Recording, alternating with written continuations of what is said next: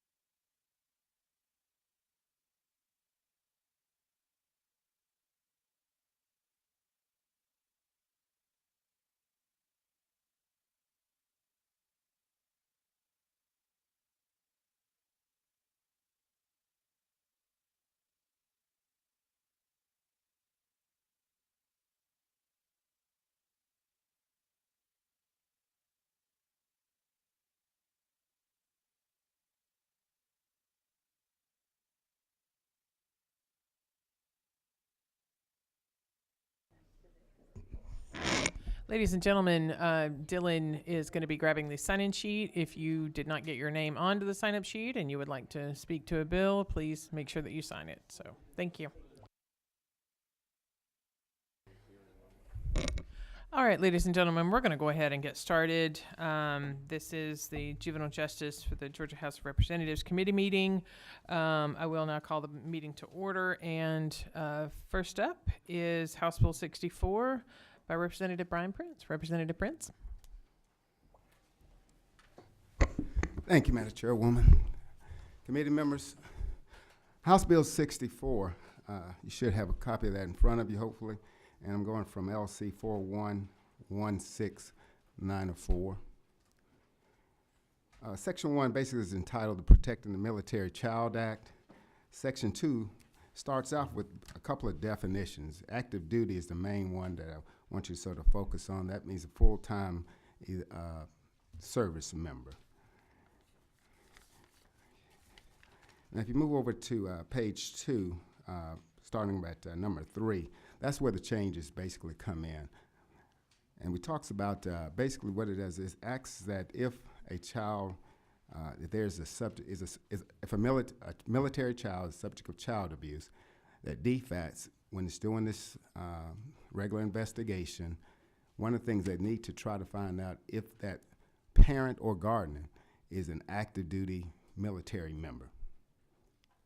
Now, if that's yes, then DFACS is then would be required to notify the Family Advocacy Center or their equivalent on that military installation where that military person is on active duty, just to notify them or the military law enforcement. Basically what this does, it closes the gap as military children move from post to post, station to station. Now it can be covered, at least they'll be tracked at the federal level. And this has been passed in, I think, like 8 states already, and Virginia passed it last year. So that's the gist of what this bill covers. Okay. Thank you, Representative Prince. I appreciate that presentation. Just for your information, committee members, we do have an amendment, but first we are going to hear from the author on the bill. And then if you have any questions regarding that, and then we'll be addressing the amendment if indeed there is a motion to pass. So committee members, do you have any questions of Representative Prince on the bill? And we're working from LC 411694. Seeing no questions from the committee, what is the will of the committee? All right, multiple motions to pass. Representative Jones, I'll recognize you for the motion to pass. Is there a second? Second. There's a second from Representative Reeves, so there's a motion and a second. Now, there is an amendment, Representative Prince. Everyone should have a copy of it. We're working from AM 410408, so there are some proposed amendments to the bill. Would you like to go over those? Yes, ma'am.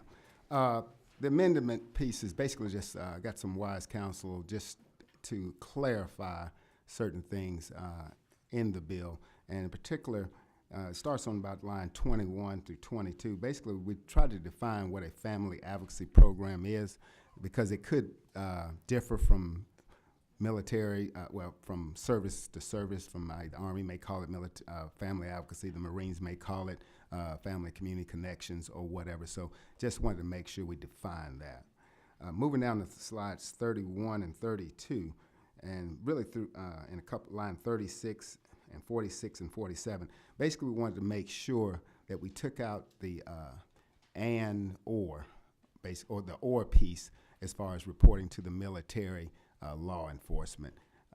We want to make sure it was clear that yes, you can and or report to the local law enforcement or district attorney, but it had to be and, if applicable, of course, to the military law enforcement as well. And that's all a part of the reporting procedures when you deal with family advocacies on military installations. And Madam Chair, that's really the gist of the amendments that was called earlier. Okay. Are there any questions from the committee as far as the amendments? Okay. Now, I have a question for Ledge Council. Mr. Tolbert, I know that you've been working on this with Representative Prince, and I appreciate that, and you're here kind of outside of your normal duties, as if you don't have enough to do. Poor thing. But we certainly appreciate your hard work and dedication to our state and our House. But so procedurally, how would do we need to just make because these are rather voluminous amendments, and so I don't want to kind of overtire the committee. So can we just make a motion to incorporate this into a committee substitute? Is that correct? Okay. All right. So is there a motion to incorporate AM 410408 into LC 411694, which we have before the committee, in a motion to pass? Okay. There's a move from Representative Efstration. Is there a second from second? Okay. I've got the board lit up, so I appreciate y'all. But there was a second by Representative Jones to incorporate that amendment. So, and all those in favor, please signify by saying aye. Aye. Any opposed? All right, I appreciate that. Now we'll go before the original question on the motion do pass for LC 411694, incorporating our amendment. We had a motion and a second from the committee. All those in favor, please signify by saying aye. Any opposed? All right. Thank you, Representative Prince. Thank you.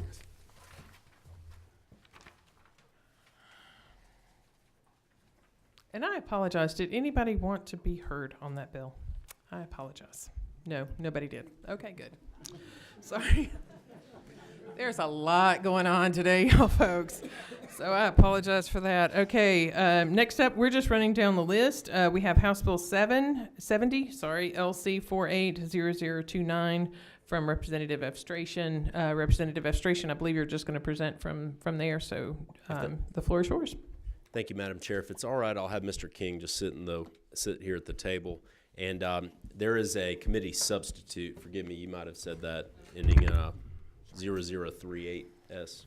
Okay, that was okay. So your chair was wrong. I was going by the old agenda. We are working, and the one that's included in your folder is LC 480038S. And just committee members, these three bills, just for your information, these three bills that we're going to be hearing, House Bill 70, House Bill 228, House Bill 234, deal with very significant matters, and they're very intensive bills. They're pretty long bills, so they are on for hearing today. We can kind of fully vet them. We are meeting on Tuesday, and I would anticipate, depending upon the will of the committee, that we would vote them out on Tuesday. So I wanted to let the committee members know kind of what the posture of these bills were. So over to you, Chairman Efstration. Thank you, Madam Chair. Thank you, members of the committee. House Bill 70 was originally brought to me by the State Bar of Georgia. It's been approved by the Board of Governors with the language recommended, with one exception that I'll discuss in a minute. The bill was compiled following the brief history here is in 2005, as I understand it. There was a guardianship code rewrite, and then several years ago, I carried the Uniform Guardianship and Conservatorship Protective Proceedings Act, I believe, and that was incorporating uniform model language that has helped nationally for different states, and we incorporated it here in Georgia. The issue is that with existing Georgia law, we weren't lining up quite right in some areas, and last year we had legislation to work to address that, which made it out of committee but did not make it to the full House before crossover day, as I recall. In any event, the State Bar is back, and the fiduciary section has put together language worked in the off season. Mr. King is here on behalf of the fiduciary section today, and he will correct me when I make incorrect statements, and is certainly the expert on these issues. Also, as the committee is aware, Professor Mary Radford from Georgia State is constantly working on these issues with us, and many times appears and testifies. I know that with the committee substitute, we're here for a hearing only today, but I anticipate that as needed, she'll be available to speak to members of the committee. So let me begin with, as you all know, and you'll hear more about today, and the members here are familiar, working to stop the issue of human trafficking in Georgia has been a project of mine that I've worked on over multiple sessions. I've carried legislation in that area several times and have a bill to present for you here today. But there has been one mention that also has been given to me regularly, and that is that under existing Georgia law, a temporary guardianship that's sought where both parents sign for the guardianship, the probate judge currently has no discretion, even if the circumstances are incredibly suspicious at the time, and might be a situation where obviously something's not right, but the law says shall, not may. And so as part of this bill and in consultation with some judges, I've included it. The probate judges were kind enough to visit the Capitol last week for their day, and I presented and discussed this with them and really had a favorable response. I know that Mr. Middleton's here today as their representative as well, and certainly can get us any answers if the committee members have any questions along those lines. But many of the provisions of this bill are part of the request made by the probate judges as well. And so Section 1 really covers that part that I worked on. Certainly if I'm going to carry a bill in the guardianship area and we've got this obvious issue that needs to be addressed, then that's something that I would want to address. And so that is included in Section 1, and Mr. King assisted with the language in drafting that, and I'm appreciative to him for that. As we then go past Section 1, Madam Chair, if it's all right, I'll turn things over to Mr. King, and he can give us a brief walkthrough. Thank you. Okay. Mr. King? All right, thank you. As Representative Efstration said, this follows from the 2016 adoption of the Uniform Act, which was passed unanimously by both houses of the General Assembly and signed into law by the governor. We're not doing much to change the Uniform Act, but as Representative Efstration said, we're trying to correct some older provisions of the code that don't necessarily line up with the Uniform Act. Our concern, of course, is that if they don't line up, it's going to result in appeals, it's going to result in litigation, and even if the Court of Appeals correctly reads the statutes together to mean what the legislature intended, it's going to require legislation, it's going to require appeals, it's going to require costs that we think are better used elsewhere by cleaning up the language. So a few highlights here. First of all, there's a procedure under the Uniform Act for registering out-of-state orders. That there's been a guardian or a conservator appointed in another state, they're acting in Georgia, they file it, and with the probate court, they register it, and they're able to act. We've added some provisions to really give some teeth to that, so that frankly it can't be used as an end around to actually transferring it, so that if such an order is registered, then the probate court in that county is able to take the same actions to oversee the conduct of that guardian or that conservator that the probate judge would be able to do for one who is appointed here. So if you're going to have the authority to act here, you're going to be answerable to our courts. So we've added enforcement provisions. They're also, and this is coming also from the probate court judges, we're also cleaning up some language in the existing statute regarding the allocation of costs. Right now there's not a lot of discretion there. We've tried to clear that up so that, first of all, if a petitioner brings a guardianship or conservatorship proceeding and it is found that there's a need, then those funds, the cost of that will be paid from the estate of the proposed ward. But on the other hand, if someone brings it and it's denied, if in the unfortunate situations where people are trying to take advantage of situations, then the costs are going to fall on them. And in addition, there are provisions that will enable the judges to impose liability on anyone who's found to be guilty of abuse, neglect, or exploitation against a minor or an incapacitated adult. And related to that, as Representative Efstration said, he and Representative Scoggins, one of the other co-sponsors of the bill, who of course spent, I think, almost 28 years as a probate court judge, and so knew about this from firsthand experience.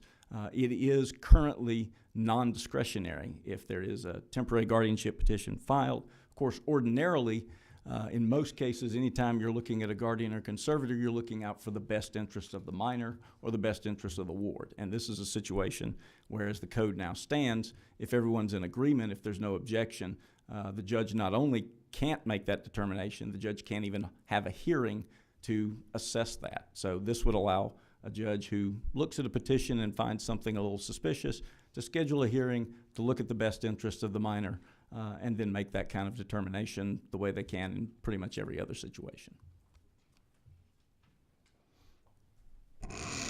Thank you.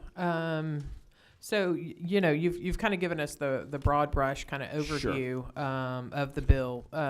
Representative Efstration, I'm willing to defer to whomever, Mr. King, Chairman Efstration, if y'all wouldn't, are y'all going to walk us I'm sorry, I'm really kind of nitpicky about kind of walking us through kind of the bill and what it says and what it means and that sort of thing. So Certainly. if you would like to do that, or I'll defer to Chairman of Administration, whoever. I would ask Mr. King if it'd be all right, but Okay. I expect in a lot of circumstances it's going to be, this is cleanup language in order to correct conflicts that exist with the uniform law, and so that might Yes. be the regular explanation that's given as you walk. Well, and the chair is very aware. I've actually talked to my own probate court judge in Cherokee County. Sure. So Judge Wood. I was trying to think of his last name because I was like, oh. So I do apologize, but he's addressed this issue, and I've kind of gone through it extensively with him and also a few others. So aware of that, but just kind of wanting to make sure that the committee is aware. So if you wouldn't mind, just kind of briefly kind of walk us through some of the changes that are being made. Absolutely. And again, I'm not sure, you'd mentioned the committee substitute, so I don't believe I actually have the current draft, but I don't believe it's been reorganized. I think there's just been some changes. Thank you, sir. All right, Section 1, again, as Representative Efstration said, this is the one that would allow the probate judge discretion in making a determination on the best interest of the minor in a temporary guardianship. Section 2 is concerning bonds that are being given in the case of a minor conservatorship. They'd be paid from the estate of the minor. The language in there about upon the request of the guardian actually came from the probate court judges, that oftentimes when it's the parents, they have the right to be paid out of it, but they would not expect to be. So if the guardian doesn't request it, then they can obviously pay their own way. Section 3 is simply trying to clean up a typographical error in the code that cites an incorrect code section.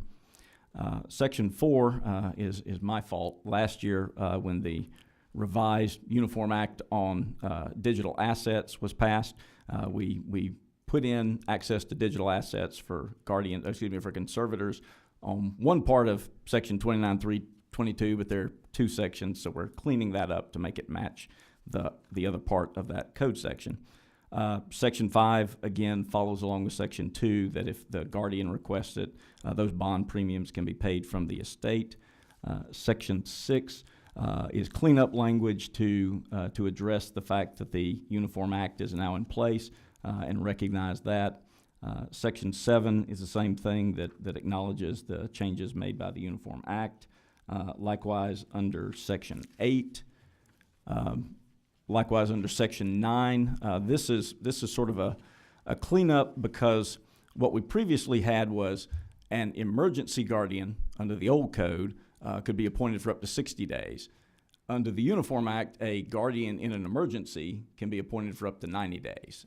And that's just the fact that two different groups working at two different times picked those. So what we've done is essentially kept both of them the same, but simply said that if it's an appointment for someone whose home state is Georgia, then it's 60 days. If it's someone who's has ties to other states and presumably would have a more complex financial and personal picture, it can be up to 90 days. Of course, the probate court judge retains discretion. They can, if a judge says, I don't like 90 days, I think 60 is enough, they can just say 60. Section 10 is repealing the existing code section regarding paying expenses because it's addressed later in the bill. Section 11, again, is with registration of those orders, showing that if a out-of-state order is registered here, that guardian is subject to jurisdiction. Section 12, again, corrects another typographical error citing the incorrect code section. Section 13, relating to foreign guardians, incorporates the provisions regarding registering an out-of-state guardianship order, shows that they're subject to jurisdiction here. Section 14, again, acknowledges that the Uniform Act has now allowed for the appointment of conservators under certain situations. Also presuming on the top of the next page, lines 160 through 165, that the courts acknowledged another state's appointment. Section 15, again, clears up the fact that the Uniform Act is in place and makes allowance for that. Same with Section 16. Section 17 repeals another provision relating to payment of costs because of the provisions later in the bill. Section 18 cleans up the same previous error regarding digital assets. Again, it doesn't give any new authority, it just clarifies the code for where it is available. Section 19 takes into account the Uniform Act. Section 20 deals with bonds for registered orders from other states. Section 21, again, provides for the payment of bond premiums upon the request of the guardian. Section 22 adds a new code section that again incorporates the Uniform Act for registered orders. Section 23, we begin dealing again with foreign conservators under the Uniform Act, makes them subject to jurisdiction here. Same with Section 24. Section 25 recognizes again the new provisions of the Uniform Act and that those provisions control over the more general provisions. Section 26 deals with service upon a guardian and clarifies the fact that, again, we have these guardians appointed in other states. Section 27 is the new provision regarding the allocation of costs. It breaks it down according to, and I say costs as a shorthand, it actually talks about costs of court, attorney's fees, evaluator's fees, essentially all of the expenses associated with a guardianship or conservatorship proceeding. Subsection B, beginning at line 357, deals with who pays costs in a proceeding to appoint a guardian or conservator. On the next page, beginning at line 378, section C is dealing with all subsequent proceedings, and again deals with how costs are allocated and how the liability for that is imposed. Section 28 deals with the Uniform Act. Whenever there's a provision filed, a petition filed for someone who is not necessarily properly under Georgia jurisdiction, how to transfer that. Section 29 is just clearing up a grammatical error while we were fixing things. Section 30, again, rewrites 29.915 to deal with the payment of costs regarding legal counsel and guardian ad litem. Section 31 of the bill deals with 29.916 regarding the attendance and payment of costs for the evaluating physician or psychologist. Section 32 is dealing with the sealed records in guardianship proceedings and how they're affected by the Uniform Act, essentially that those records could be released to an out-of-state court that has an interest in the circumstances under which those could be released. Section 33 sort of beefs up the existing provision of the Uniform Act regarding registered orders, how they're registered, and then how they're enforced.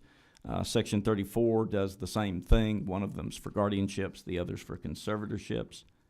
Section 35, again, clarifies that a probate court can grant any of the relief with regard to a registered order from out of state that they could if it were a guardian or conservator appointed here to begin with.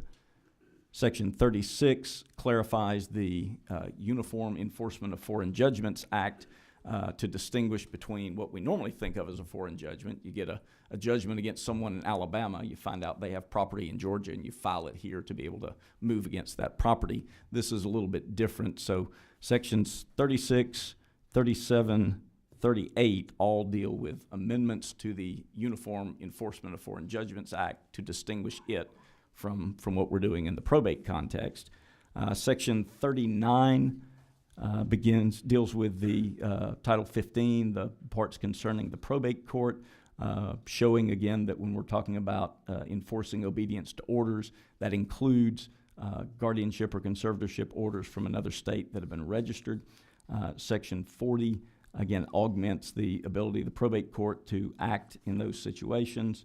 Section 41 cleans up the language and adds in the bonds and the letters of administration that are recorded here, that they'll be recorded the same way as ordinary bonds and letters. Section 42 clears up the language of 5311.2 regarding the ability of another person to act on behalf of a minor or incapacitated adult, and again acknowledges the passage of the Uniform Act. And finally, in Section 43, this is the change to the Digital Assets Uniform Act to reflect the previous changes to 29.322 and 29.523. Thank you. I appreciate your patience with the committee. I Oh, always no think problem. it's you know, sometimes we act in haste and repent in leisure. So I understand. you know, I if I'm accused of being too thorough, I'm guilty. So I do appreciate your presentation to the committee. Do the committee members have any questions? I know that we're not the chair is not going to be entertaining a motion today, but are there any questions from the committee? 28. Hey, thanks, Madam Chair. Yep. I do have a question. What is a digital asset? I'm not familiar with that. So. Okay, I understand, and I was trying not to get into the acronyms that make sense to me, but that not everyone uses. It's RUFADA is what it's referred to as, the Revised Uniform Fiduciary Access to Digital Assets Act. And that was adopted last year. It was Senate Bill 301. Essentially what it does is deals with the fact that for many years, whenever someone passed away or someone was incapacitated and we were dealing with their assets, we were looking at their check register. When we were dealing with their personal property, we were looking at photo albums. But now, of course, most of us, our photo albums right here. And of course, most of our banking is online. And the reality was the fiduciary law had not kept up with the reality of the changes of how we live our lives. And what we were running into were issues with, for instance, there was a very tragic case in Virginia where a 15-year-old boy committed suicide. And his parents had no prior warning, and they wanted to get into his Facebook account to see if they could get some explanation. And Facebook's response was no. It doesn't matter that you're his parents. It doesn't matter that you're his next of kin. It wouldn't matter if you were appointed over his estate, because we have a terms of service agreement that says this is a personal license, and it's just personal to him, and it can't be transferred. And now that we know he's deceased, we're locking the page and deleting it.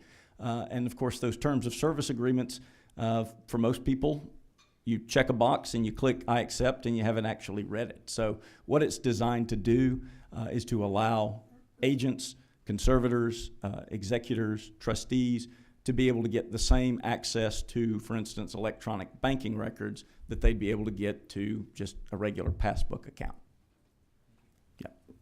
Okay, thank you. Any follow-up? Okay, all right. Thank you, Representative. Floor Leader Reeves. Thank you, Madam Chair. I just, excuse me. It's not really a question, but just a comment for the committee. I probably about a quarter of my law practice is probate work, and I do guardianships and conservatorships, and I also serve as a guardian ad litem and attorney of ward for those whom these are being sought for, and do a lot of work in this area. I'm going to have to relearn Title 29, I guess, now, but this is I think you've got a good tutor there. I know I need to put you on retainer. Absolutely.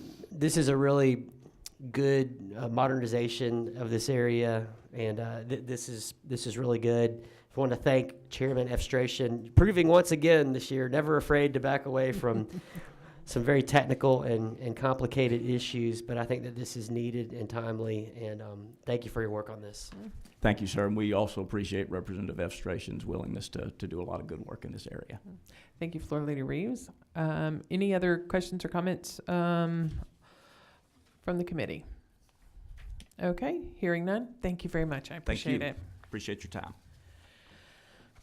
The chair calls House Bill 228. Oh. What? Okay, never mind, sorry. Chairman Welch, we're going to call House Bill 228. We are working from LC 411741. Chairman Welch. After your presentation, Chairman Welch, there are a number of folks that have, I don't know if it's part of your presentation, but a number of folks have signed up to speak, so. I've got a lot of supporters. Yes. Thank you, Chairman. I appreciate it. What you have before you is the legislation to end child marriage in the state of Georgia.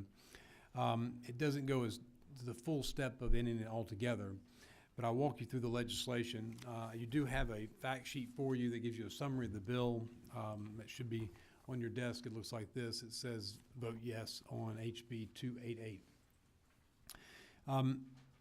In bringing this bipartisan measure, this has the support of the Georgia Coalition Against Domestic Violence and also the Georgia Network to end sexual assault. And what is the problem? Well, over the last, since 2000 to 2015, in the United States, or in Georgia, I'm sorry, there have been 10,000 child marriages.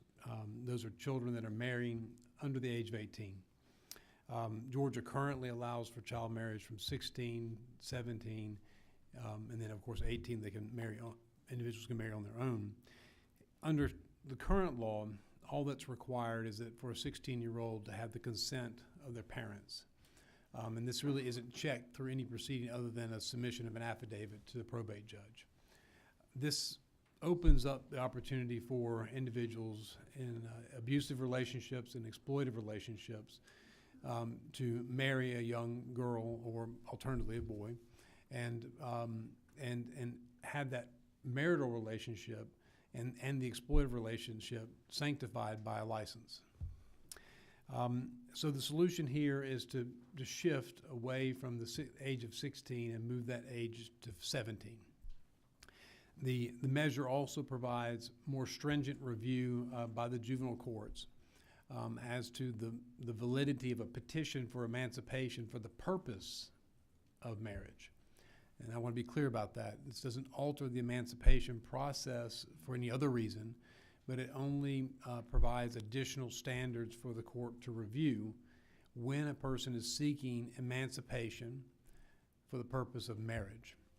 And so I'm happy to walk you through the bill, but I would like just to point out that the issue is not just here in Georgia, it is across the United States. And there has been a sincere movement within the Southern Legislative Conference to address this issue within our states. And in fact, Virginia just enacted a law in 2016 that previously there was no floor, but they have now changed that to 17. Texas also had no floor, but has reformed theirs so that there would be an emancipation process through the courts. Kentucky recently passed one also with a floor of 17, and the spouse cannot be any older than 4 years older. And they've just adopted that here in 2018. Tennessee, likewise in 2018. Florida, also 2018, a very similar bill to what you have before you. I looked at Kentucky and Tennessee's measures, and that's I guess the law is patterned after those states' versions. Florida is 17, but there's a 2-year age difference between the spouses. Missouri has an age of 16, but no one older than 21 can marry a minor. Other states that have recently enacted laws are New York, Connecticut, Delaware, New Jersey, Arizona, California, New Hampshire, and Ohio. There are bills in the legislatures of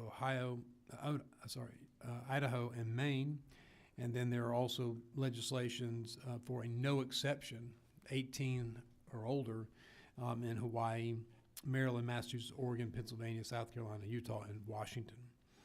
Other states are considering this measure coming up in this session. So I just wanted to give you kind of an overview that this issue is not one that Georgia's only looking at. This has been considered by many states across the United States, and some of our neighboring states have taken very similar action to what we are taking, or what I'm asking you to take, and what I'm hoping our state will take. With that introduction, Madam Chair, I can walk you through the bill. Thank you. If you would just briefly, so hopefully we'll be able to move a little expeditiously on Tuesday. Representative Kendrick, you have a question? I did. So I don't have any opposition to the bill. I'm just thinking out loud and wondering. So the legal age for a statutory rape is,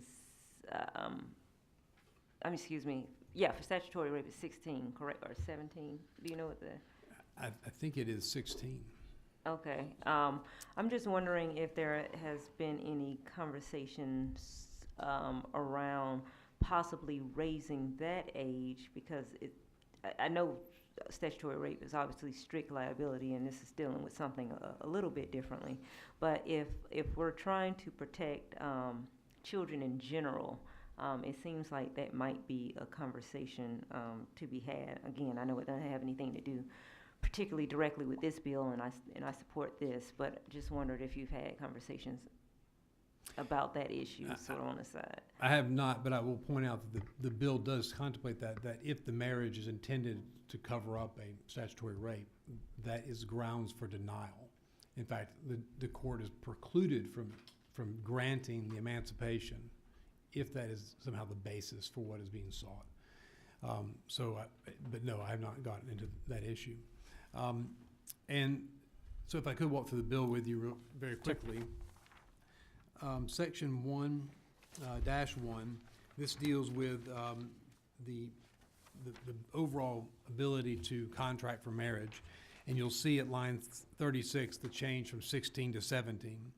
Then you'll also see that we've added additional conditions upon which the license may be issued at lines 41 through 50. You'll note that there is a 15-day cooling off period.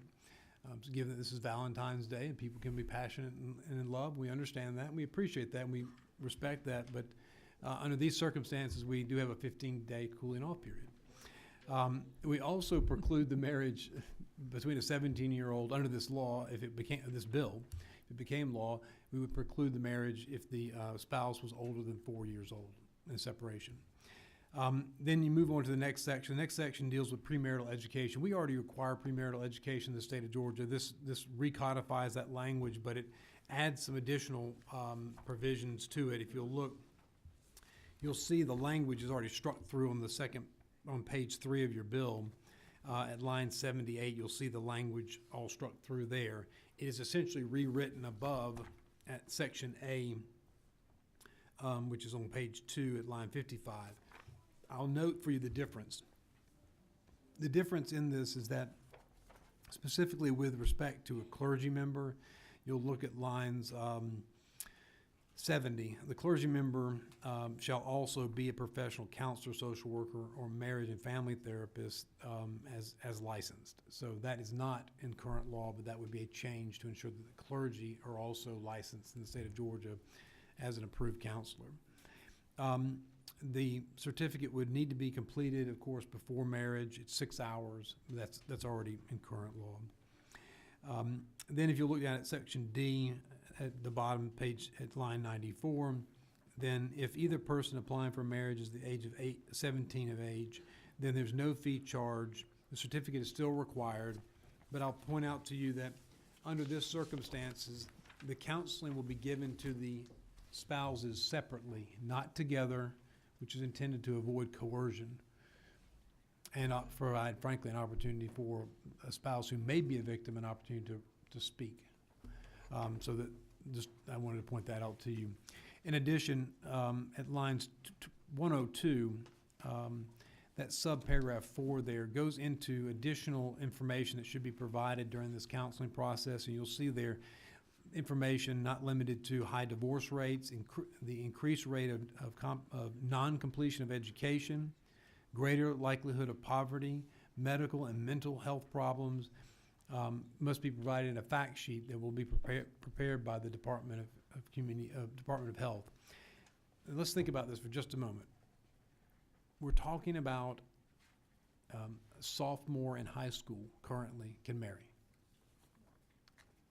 So someone who's just now gotten their driver's license, just gone through a learning permit with their parents, driving down the road. We all see them. Maybe it has a sticker that says, "I'm a driver learning," right? We're talking about that cohort. And we're saying that your sophomore year should not be a possible marital year. And the bill's saying your junior year in high school, maybe. And the hope is that a person is looking on to their senior year and saying, I want to play sports. I want to be active in these things. I need more time. I'm looking at my next step of life, because that's, when we're all in high school, we're not thinking about that sophomore year, but your junior year, you start thinking about, okay, my senior year is next year. I'm going to be the cool kid on the campus, right? And now what's going to come next? And then think about this. Just think how, well, I can't speak for anyone in the room except myself, but I can say how immature I was at age 16. And so the what I know now, of course, is vastly more than I knew at 16, although I thought I knew everything at 16. And I think it's important that you think about the mental processes, and no committee in this House has dealt with the issues of brain development in youth more than this one. And this committee over time has looked at that and examined that and understood that process. And then to Representative Efstration's point before, think about the potential for exploitation that may arise by not having more oversight for a young adult that's under the age of 18. The next section, section 1-3, just changes out some of the gaps that are in the law for the judges. The judges can now approve the age of the child just based on their own personal knowledge. The proof is now required, more than just a mere affidavit. Section 1-5 sets forth what public health is supposed to provide in terms of an information sheet. Section 1-6 goes through and we're still recognizing marriages from other states, but you cannot go to another state to marry at age 16 to evade our rules, and that's what that provision does say there. In addition, if you'll look at section 1-7, this is simply rewriting what is codified as the definition of parent. So this is not a change in the law. It's other than it referenced 19-3-37. We just wrote that definition into this provision so that if it were to change over time, it wouldn't adversely affect this legislation in the future. The next section, Part 2, deals with the emancipation process. And remember, this is only changing the emancipation process when a person is seeking emancipation for the purposes of marriage. And you'll see that language there. Subsection A is the same, or we made it subsection A under 15-11-721. Then we added subsection B because that pertains to marriage at line 208. And then on section 2-2, we will require, and this is going through juvenile court, so I want to make sure we're clear. We're going through a juvenile court judge to seek that emancipation. These are confidential records. These are confidential proceedings. So as it goes through juvenile court, the judge will hear this information and make the decision. And you'll see the information that's to be provided in the petition. And then you'll look at line 256 on the next page under section 2-3, and you'll see here that the court, if the court finds that emancipation based upon the petitioner's desire to enter into a valid marriage, the court shall not issue it if you find any one of these problems down through A through G. So I'll just point those out. Those are all grounds for a denial. And you'll see that you'll see exactly why this measure is important, because if anyone is attempting to evade or one of these issues, if you will, by marriage, then they should not be granted a license. That's what the law would say. That summarizes each section of the bill, Madam Chair. I'm happy to do it with any specifics. Okay, thank you. I appreciate your presentation, Chairman Welch. And you have a question from Vice Chair Dubnik, Representative Dubnik. Yes. Thank you, Madam Chair and Chairman Welch. So, purely a question from my understanding. Yes. You made the statement about being 16 years of age and being immature, if you will. I would agree with myself at 16, and I'm going to even go to 17. We're moving from 16 to 17 here. Why not 18? That is the question of the hour, and I'll tell you, my preference would just simply be to make this bill very simple, and that would be section 1-1, and we would just say 18, period. And many other states have done that. I think 7 other states have recently done that in the last 2 years. The only reason that I have not done it that way is because Georgia already had an emancipation process for 2 years. And there may be a circumstance that I can't foresee that may arise when when a child is 17 that may justify the union of a marriage. And so I've left it all in there, but modified the language in the current law to provide a much more stringent review of that to determine if that marriage is going to be in the best interest of the child. And so, but I am open, certainly open to, this committee's will as to if this committee wishes to say, let's not mess with any of the emancipation, let's just make it 18 straight up. I'm good with that. And if this committee wanted to make that as a committee substitute, I would continue to support this bill all the way through to the Senate and to the governor's desk. Thank you, Mr. Chairman. Thank you, Vice Chair Dubnik. Representative, did you have a question? If you'll hit your button so it'll flash for me. There we go. It flashes up here.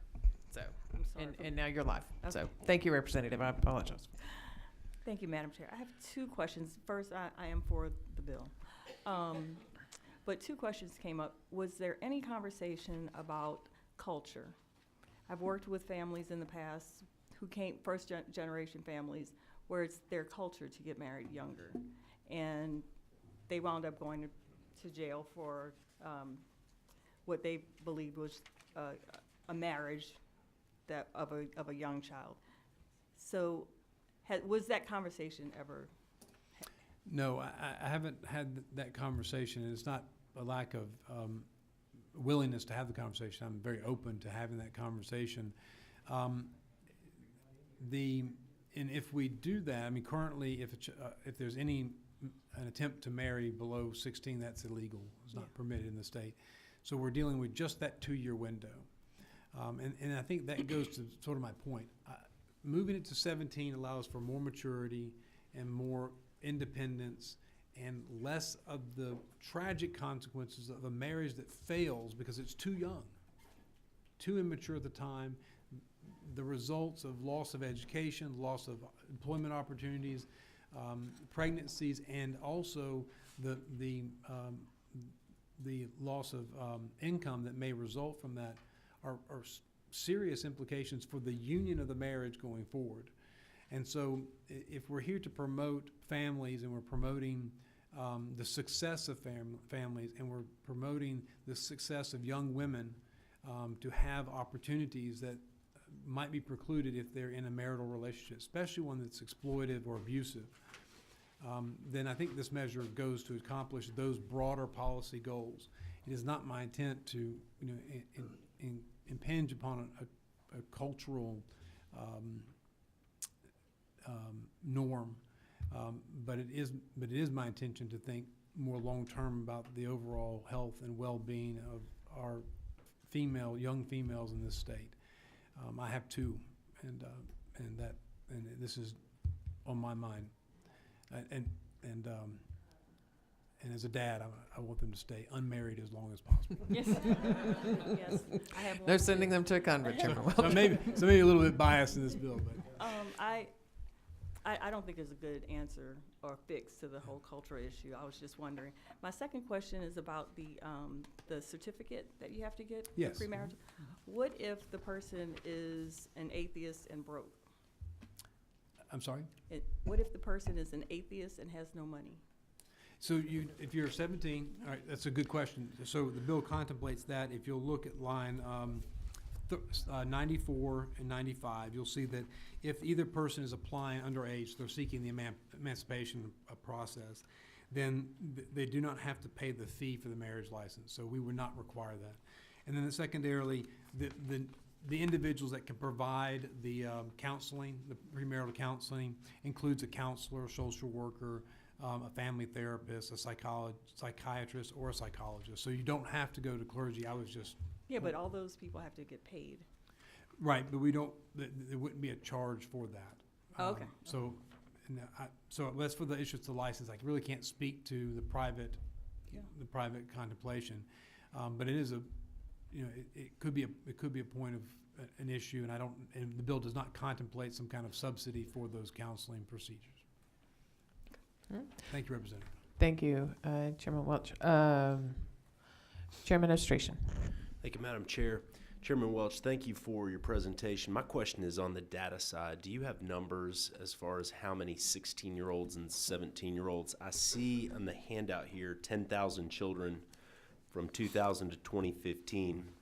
But I'm wondering, and it says most children were married to adult spouses, so I guess it contemplates minors marrying minors in some circumstances. That's but but do you know how many will no longer, or how many marriages, say, in the last few years, would no longer be applicable or available if this passes? We did ask for an open records request through the Department of Public Health, and we've gone through that those records.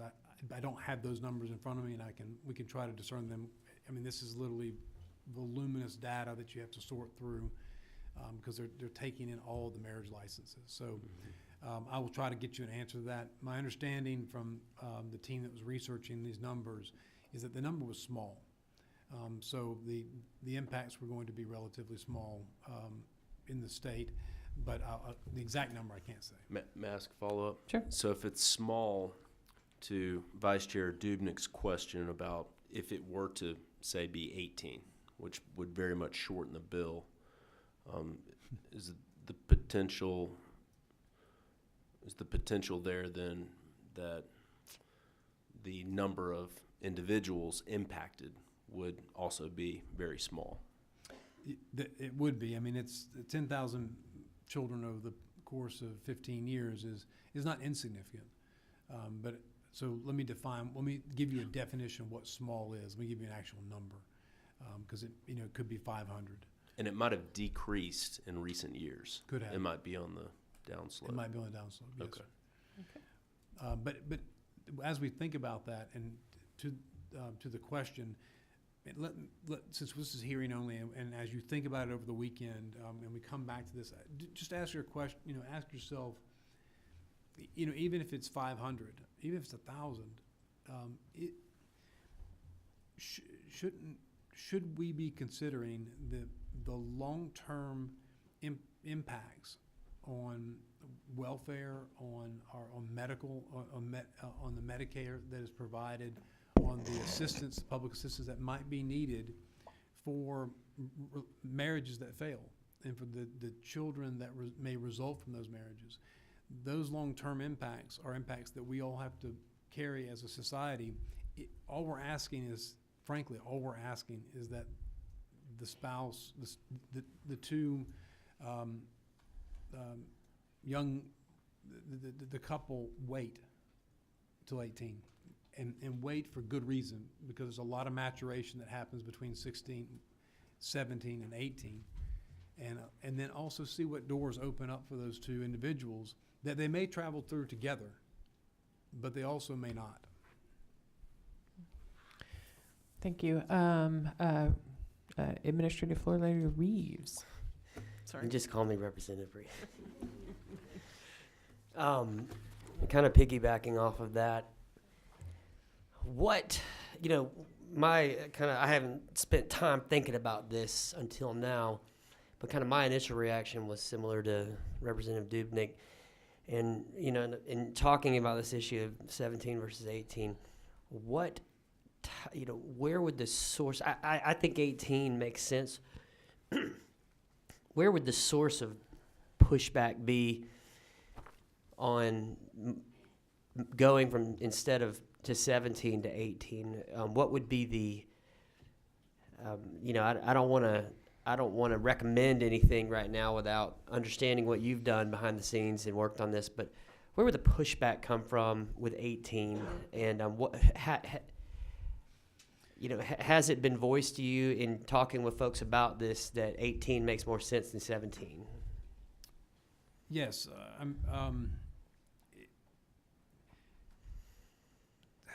it is just simply, it's clear. I mean, it's just definitively clear. And so the states, I'm trying to make sure I get this right here. So just recently 14 U.S. states have strengthened their minimum marriage age laws since 2016, and of those 14, 7 have said 18. Mm-hmm. So you're asking you're asking the question that 7 other states, I'm sure all of these states have asked and discussed. And half of them, 50% of the ones that are thinking about it just recently within the last 2 to 2.5 years, half of them, 50% have said, let's just do it at 18. So I think there's an amount of wisdom, there's an amount I would venture to say there's probably an amount of scientific evidence, as well as in terms of brain development, as well as the implications, long-term implications for most specifically for young girls that find themselves in these marriages, sometimes forced, sometimes not, but not wisely made, at least the decision to marry at that time. And I will have a speaker come to you to speak about this at our next hearing. She could not be here today. But there are other organizations that are in support of this measure, and I think maybe they can provide you with some additional information to think about. But to me, the fact that 50% of the states... Mm-hmm. Well, and I think that has anybody, Chairman Watts, has anybody opposed the measure? Oh, I'm sorry. No, Yes. No, I have not heard of anyone. So But even if it was 18, you haven't Even if heard- it, yeah. Because you've obviously put a lot of work into this that's situated around age 17, and I don't want to I don't want to not consider this without you. With what your strong feelings are based on the work you've done, if 17 versus 18, I don't want to immediately dismiss this because I think something else is a better idea because I don't know what you know. So. I firmly believe in the process that we have, and I firmly believe in the ability of this committee to adjudicate what is the best policy recommendation that this committee, as the Juvenile Justice Committee of the House of Representatives for the state of Georgia, can make to the full body of the House. So if you all decide that 18 cutoff is just the simplest, most protective, and best measure to take, you will not hurt my feelings in tearing the rest of the bill apart. If you think that 1 year window gap is maybe helpful, and that was my thought when I first drafted the bill, and I had a lot of help with this, so I don't want to claim it as mine. But when deciding that issue, whether just to do straight 18 or do the 17 with emancipation, I went with the 17 for emancipation to reflect how Georgia law has grown over time and shift the goalpost away from the child marriage and closer to being an adult marriage. So I'm perfectly fine with you all deliberating that in your own minds and discussing that at the next meeting. Yeah, and that's certainly something, that's one of the reasons why we just had a hearing today, so that, we don't do subcommittees, we just kind of invite everybody. So that we have kind of an opportunity to really kind of process and think about that. So the chair certainly is not averse to that. Chairman, I appreciate your patience, Representative. Thank you, Madam Chair. Chairman Welch, 2 questions, I guess.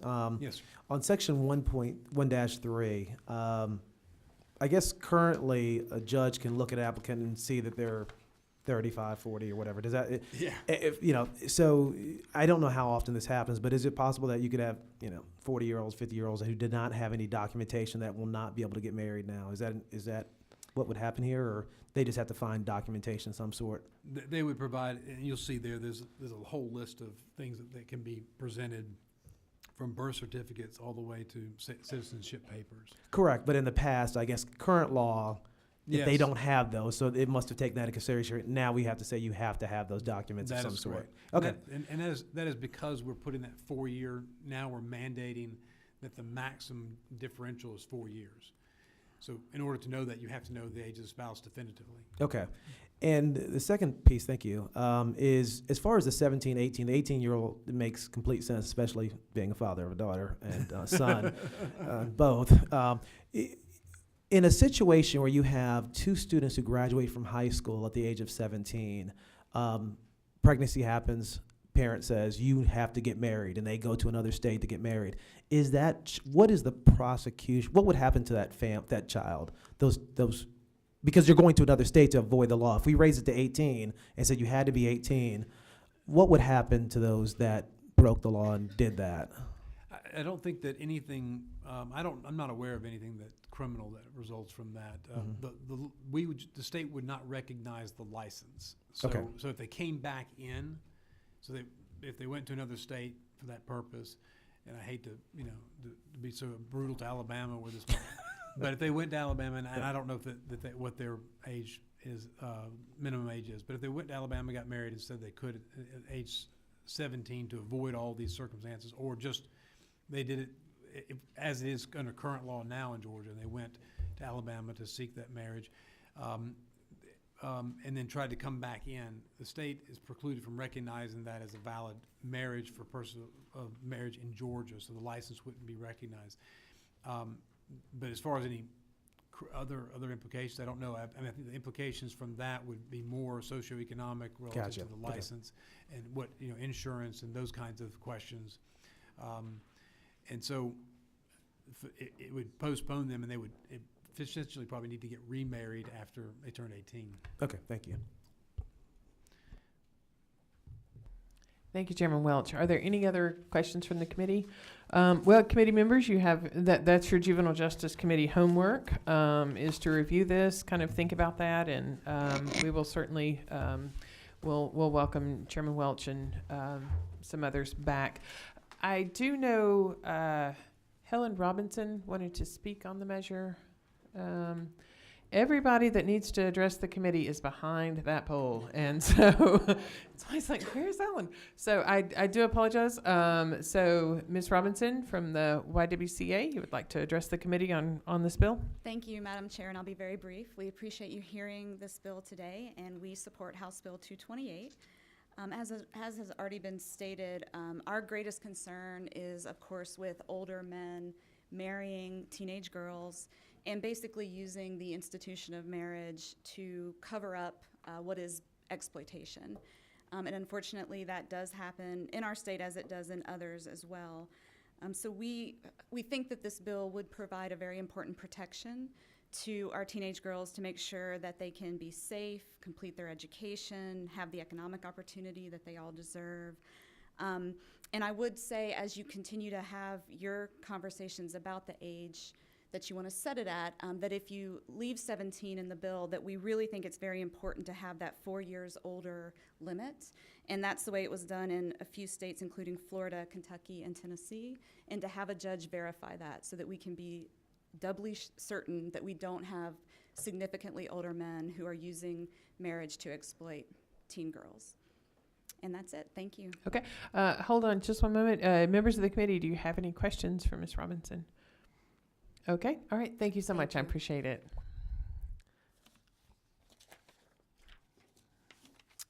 All right. Now we're going to hear from one of our favorites, Chairman of Stration on House Bill 234. Committee members, there is a new LC number that is different from that is on the agenda. We are working from LC 289179. So, Chairman of Stration. Well, thank you, Madam Chair. Thank you, members of the... Oh, sorry. Wrong one. It's all right. Thank you. So I bring before you today House Bill 234. This is the Anti-Human Trafficking Protective Response Act that has been introduced this year.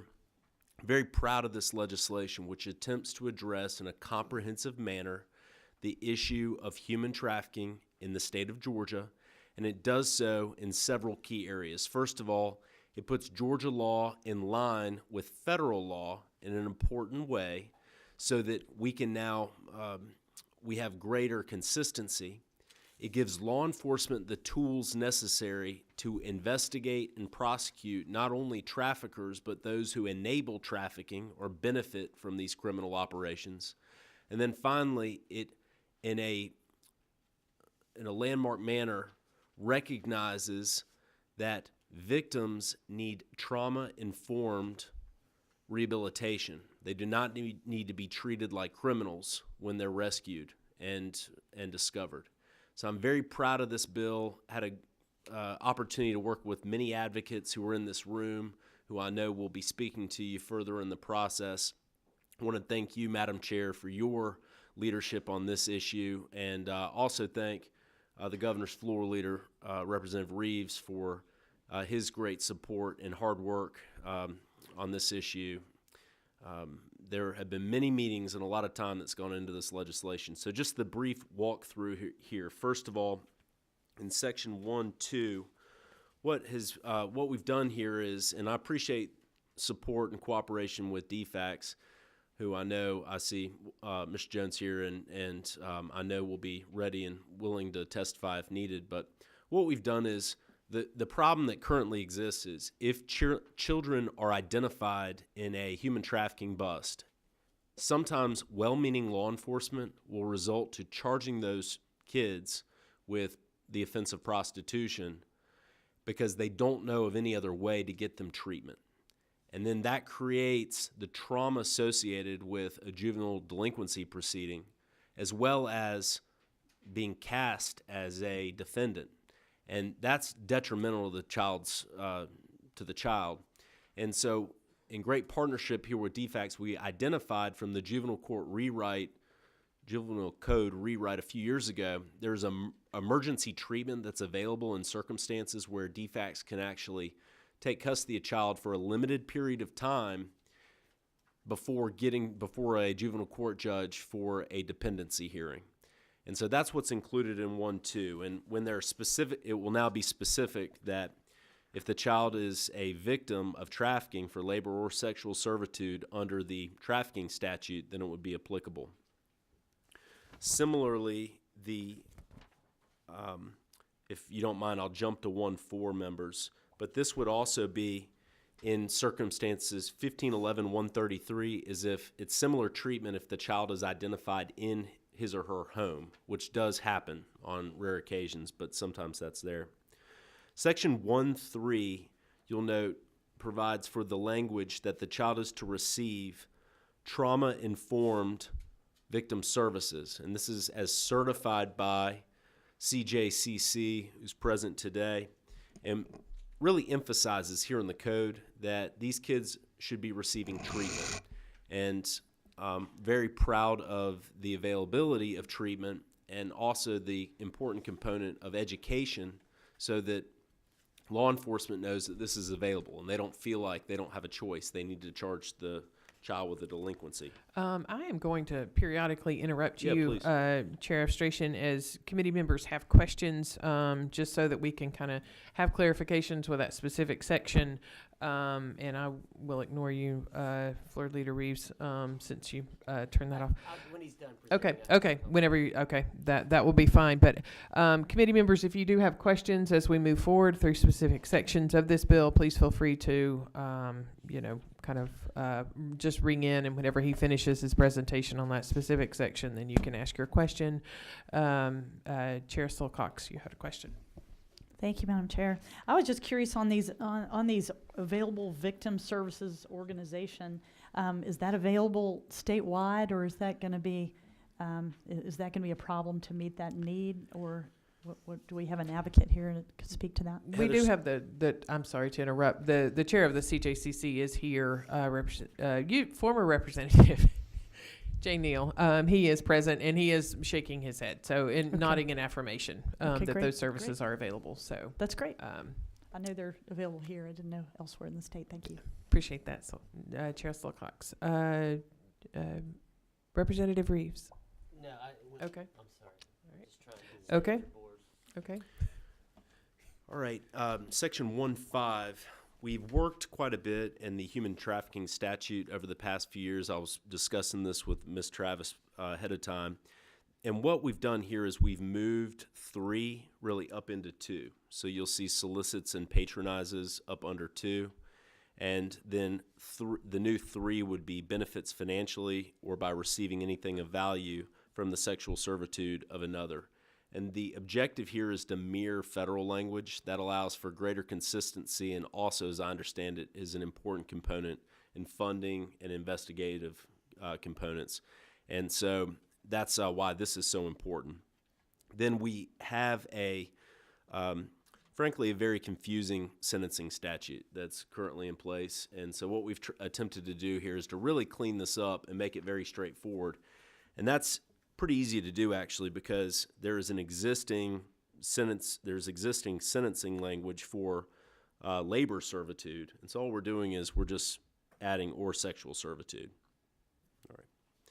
And then striking the confusing, what I deem confusing language after that, and contrary to public policy. All right. Section 1.6 is, what this would do is create a new element for the offense of prostitution, that the defendant is 18 or older. And this is law that is similar to that which has been passed in other states. In the last few weeks, Mississippi enacted this. Currently, all of our neighboring states have this provision in place. In other words, if you're under 18, you can't be charged with prostitution. So we would simply codify this by making it an element of the offense.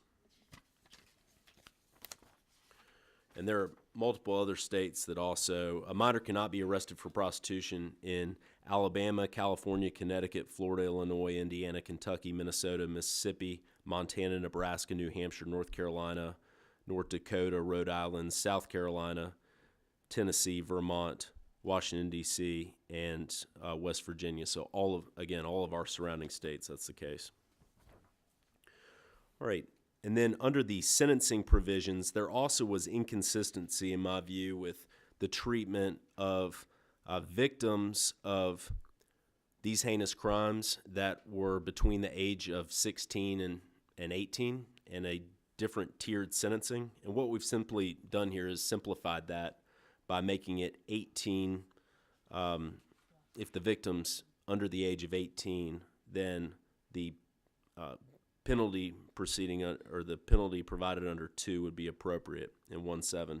Also, this is just some language cleanup, and is used rather than being silent, so that the trafficker doesn't receive just a fine or something like that.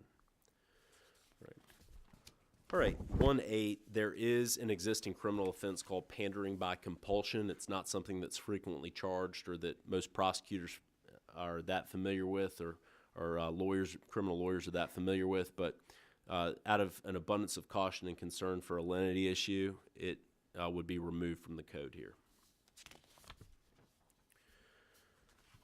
All right, and then under section 1.9, we move into the nuisance area. So right now, law enforcement that's investigating certain cases, they might know there are certain locations within the community that are problem spots for sexual offenses. Recently in Cobb County, the Cobb County DA utilized the nuisance, this is public nuisance statute, under the drug offense area in order to require, and ultimately it was through a consent order, the respondent agreed to certain conditions that addressed the problems that were being observed in the community. And so this nuisance provision is already in, there already is a nuisance provision in code as to sexual offenses. But what we did is we made it track the drug offense nuisance code, which is in the next chapter. So we've provided that here, where if there are multiple instances of official charges being brought for sexual offenses with respect to a certain property, the district attorney would be authorized to take action as a nuisance action against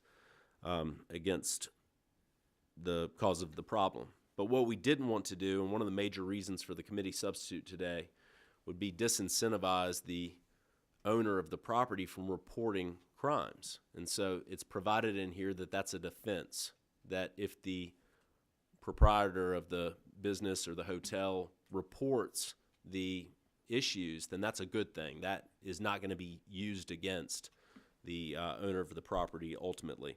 And I'm proud to say that as I've worked on this legislation, I've been able to work with many great partners in the hotel industry who are working very hard on educating their employees to demonstrate or to be aware of what warning signs there are, so that law enforcement can be contacted and appropriate steps taken.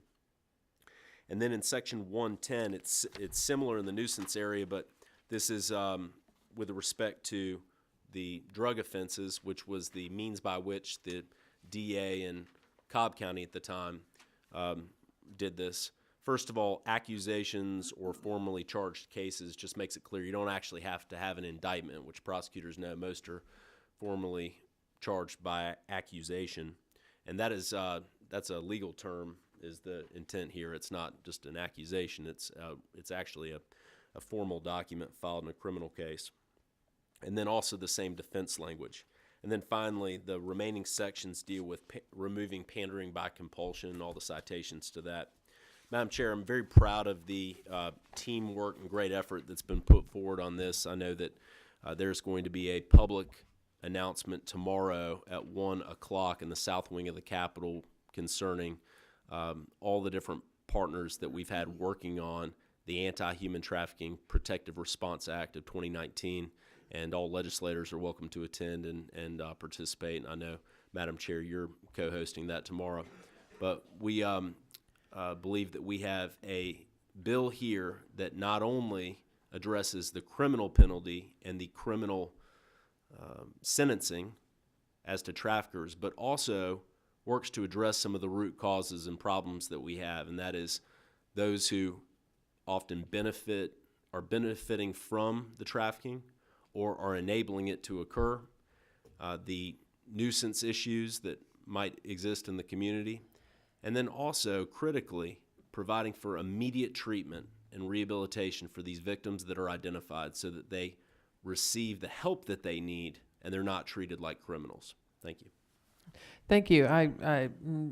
Chairman of Station, on behalf of, kids everywhere, I certainly appreciate your work on this. This is sometimes a heavy lift. There are a lot of agency partners, a lot of folks out there that are very interested. So coming up with a consensus piece of legislation is no small feat. So I do applaud your efforts on that. Representative Reeves, you have a question? Thank you.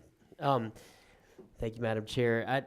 As I look out across the committee, most everybody on this committee has either been on a committee that's dealt with human trafficking legislation or been directly involved with that human trafficking legislation. And in the 5 years that I've been here, we have been very proactive on this. But to me, this bill represents the most all-encompassing effort that we've had to really answer the modern issues that we are dealing with right now. The sentencing, Ms. Travis, if you recall, I think we probably had some knockdown dragouts a couple of years ago when from my bill, and we tried to structure that the best way we can. And then tell me if I remember wrong, when we got across the hall, we ran into some resistance and the last minute, and some changes were made that it was either we lived with them or the bill didn't pass, and so we lived with them. And then Representative Silcox came back and cleaned up one of the significant ones last year. But this does it simplifies and deals with the sentencing aspect of this in the best possible way, and so I'm very thankful for that. I also want to say too to section 1-9 and 1-10, the nuisance. This is an extremely innovative approach to the issue. These human trafficking cases are hard to make for police and prosecutors for a lot of different reasons. And this is a really innovative way to hold the places that are allowing this stuff to happen, to hold them accountable. A few years ago when I think it was my bill, when it went through, the committee actually kind of took a side road and talked as much about the places where this stuff is happening than the actual stuff that's happening. And it was agreed that it's something that needed to be looked at. And since then, there's been a nonprofit group of civil lawyers that have really kind of adopted this nuisance approach, but they could only do it under the terms of drug busts. And this bill opens that door for that process to be utilized, directly for human trafficking. And when law enforcement knows what's happening, but they may not necessarily have what they need to make a case, this is an outstanding way to kind of come in from the side. And this is very innovative, and in my opinion, if we, if we can continue to work with the civil groups who are then working with the DAs, this is probably going to be the most effective way that we have ever had in Georgia to really go after these places and get something done. So this is a very, very important part of this bill, and I really appreciate it being brought forward. This is we've done a lot of little things over the last few years. This is big, and this is going to really make a difference in this. Thank you, Representative Reeves. Representative? Thank you, Madam Chair. I just had one quick question about the providers who are going to do the trauma-informed services. What does the certification by the Criminal Justice Coordinating Council look like? What's that process? If I could ask Heather Okay. Stockdale to come forward from Georgia Care, she stepped out. Okay. You want to come up? Come on.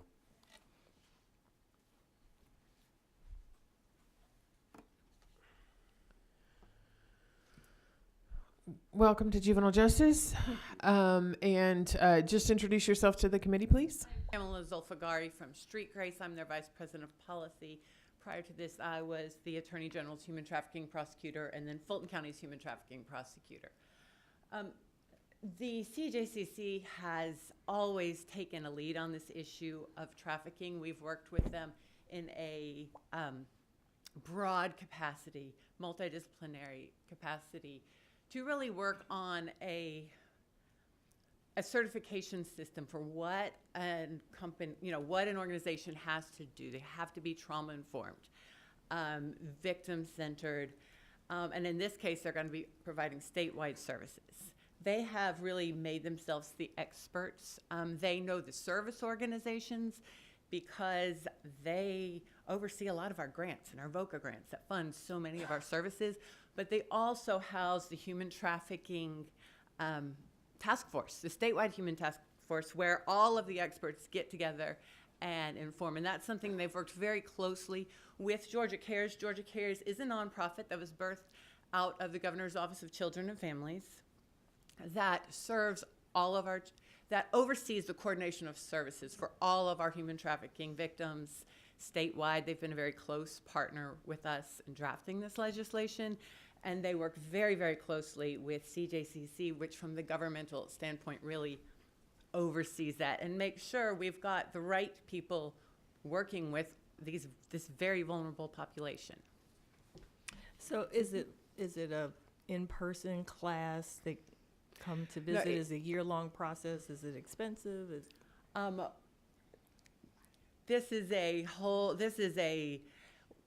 What this legislation envisions is an organization that really oversees and is an expert in this area. There is, at last time I saw, probably about a 10-page list of things that an organization has to meet these standards in order to be certified to work with our trafficking victims. And I will say that as a former victim advocate, and the CJCC, since it does so many of our VOCA grants, which is our Victims of Crime Act, and also our VAWA grants, which is the Violence Against Women Act, because they oversee, they're intimately connected with a lot of our victim service organizations throughout the state. So, they already we're kind of building on that already existing infrastructure that is already existing. So I appreciate your question. Representative Chairman Silcox, you had a question? No, I just wanted to really, commend everybody that worked so hard on this. I think this is so wonderful that these victims are going to be really shored up, and I think this is just, to me, this is the biggest part of this is saving these children. Seriously, thank you. Thank you. I don't know who's at 15, but okay. Chairman Welch. I'm going to join the bandwagon of praise. And I wanted to express my sincere gratitude to Chairman Efstration and to all those that participated in drafting this measure. Many of you probably know, and some of you do not know, that Chairman Efstration has been, since he's come into the House, he has been a champion of the abolishment of human trafficking, child sex trafficking in the state of Georgia. And this is another step in a long series since Edward Lindsay and Senator Unterman and Representative Stration and others have worked really hard to try to put all the tools in the toolbox that can be used to stop this heinous crime. And this measure here takes Georgia to the penultimate level of working to prohibit the activities within the state. Now, ultimately, the benefit will be derived once prosecutors across the state actually prosecute the cases, and the cases are made, and the victims are treated, rehabilitated, and it costs nearly $100,000 per child in about a year's time to rehabilitate a child that has gone through the trauma of human sex trafficking. And so it is no small task and it is no small expense, but what we are doing is restoring the lives that have been taken away from those children that strayed from their home life for whatever reason and found themselves in the clutches of someone who simply exploited them for the literally tens of thousands of dollars per week that is made in this just god-awful industry. And it is important to go right to the source. It is also important to cut off the supply and also cut off the demand. And so I commend this legislation to the committee for its approval, and I also again express my gratitude to Chairman F. Stration for his leadership on this. I can't let this go without thanking Chairman Welch, because years ago we worked together on legislation, and we've worked together for many years on this issue. I also, while I'm thanking members, want to thank Dean Calvin Smyrie, who is a passionate advocate for the children of the state and is a co-sponsor of this bill and great supporter of anti-human trafficking measures. And so I want to mention that as well. Thank you. All right. Thank you, members of the committee. We do have a few members of the public that would like to speak. Kamala, would you like to speak again, or? No, I will only thank you, Madam Chairman. If anyone has any questions, but we have such a strong advocate in Chairman of Stration, I will not say anything further other than to thank you for your support. Okay, thank you. I appreciate that. And we have Jim Sprouse, and I apologize in advance if I am mispronouncing anybody's name. Thank you, sir. Welcome to Juvenile Justice. If you would introduce yourself to the committee. Thank you, Madam Chair, and you did it perfectly. My name is Jim Sprouse. I'm Executive Director for the Georgia Hotel and Lodging Association. We're the trade association for the state's lodging and hotel industry, representing tourism, which has an impact of about $64 billion on the state's economy. Our members represent hotels from around the state. We commend Chairman F. Stration for his leadership and commitment to the issue of human trafficking. It's an issue that's of critical importance to all Georgians and to everyone that I know. It's also something that's very deeply felt by our membership. They're all heavily engaged in everything they can do to prevent this particular behavior. Our work continues with local groups to spread awareness and share the resources available for victims of human trafficking. In partnership with the Georgia Bureau of Investigation, GHLA has trained more than 1,000 hoteliers in what to look for and how to report it. We've had a long-standing relationship with GBI, and we've been doing this for years. We encourage our workers to act as a quiet guard, watching and working with local law enforcement. But we support your efforts to end human trafficking and work closely with law enforcement. Thank you. Thank you. I appreciate your comments. Rachel Humphrey. Welcome, Ms. Humphrey. If you wouldn't mind, introduce yourself to the committee. Absolutely. My name is Rachel Humphrey. I'm the interim president and CEO of AHOA. Madam Chair, Representative Stration, and members of the committee, AHOA wants to thank you for bringing this legislation forward. Human trafficking is an issue that affects all communities, and we applaud your efforts to develop new tools for law enforcement and prosecutors to bring criminals to justice. AHOA is a trade association of over 18,500 hotel owners across the nation. We have over 800 members here in Georgia. Our members across the country own approximately 50% of all hotels in the U.S. and employ over 600,000 workers. AHOA is headquartered here in Atlanta. We have an advocacy office in Washington, D.C., and we're the voice of America's hotel owners. Having worked closely with our members for over 20 years, I know that no honest hotelier wants trafficking to take place under her or his roof. For nearly a decade, AHOA members and the association have worked diligently to identify opportunities for hoteliers to get involved in the fight against human trafficking.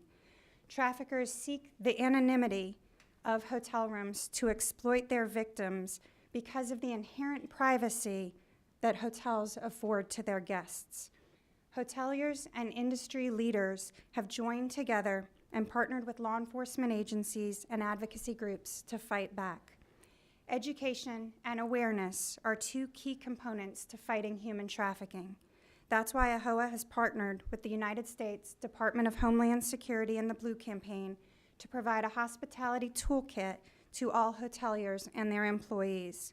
This toolkit outlines how employees who fulfill different roles within the hotel can identify and spot the signs of human trafficking. These toolkits and other informational materials are distributed to thousands of hoteliers at hundreds of AHOA events every year. We have also partnered with Polaris and Businesses Ending Slavery and Trafficking, two leading nonprofit organizations dedicated to ending modern slavery.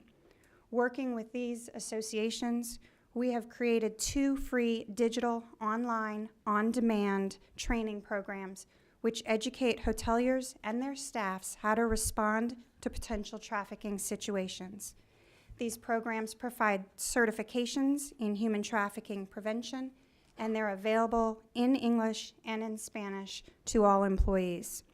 We provide opportunities for in-person training throughout the year for those who prefer to learn in person, and we partner with every major franchise hotel brand to ensure that we are united in our efforts to put an end to this atrocity. As a result, there are countless stories of hotel employees throughout the United States saving lives. As a Georgia-headquartered association, AHOA is proud to have recently joined the statewide Human Trafficking Task Force under the Georgia CJCC. This task force, of course, brings together important stakeholders to increase awareness, and we are sharing our resources and our members' expertise with the task force through our support of Work Group 1, Community Awareness and Education. We are committed as an association and through our membership to spending the time, resources, and capital necessary to educate our members and to promote efforts to end human trafficking. AHOA and America's Hoteliers are your partner in human trafficking prevention. We look forward to reviewing this legislation further and working with the representative and other leaders on this very important issue. Thank you. Thank you. Members of the committee, any questions? Thank you, ma'am. I appreciate it. Ladies and gentlemen, we have a lot of weighty measures that we'll be considering for a vote on Tuesday. So please, I hope that you'll take the opportunity to contemplate, reflect on these important measures.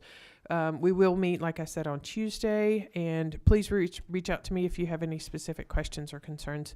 But otherwise, we will see you on Tuesday. And having said that, we are adjourned.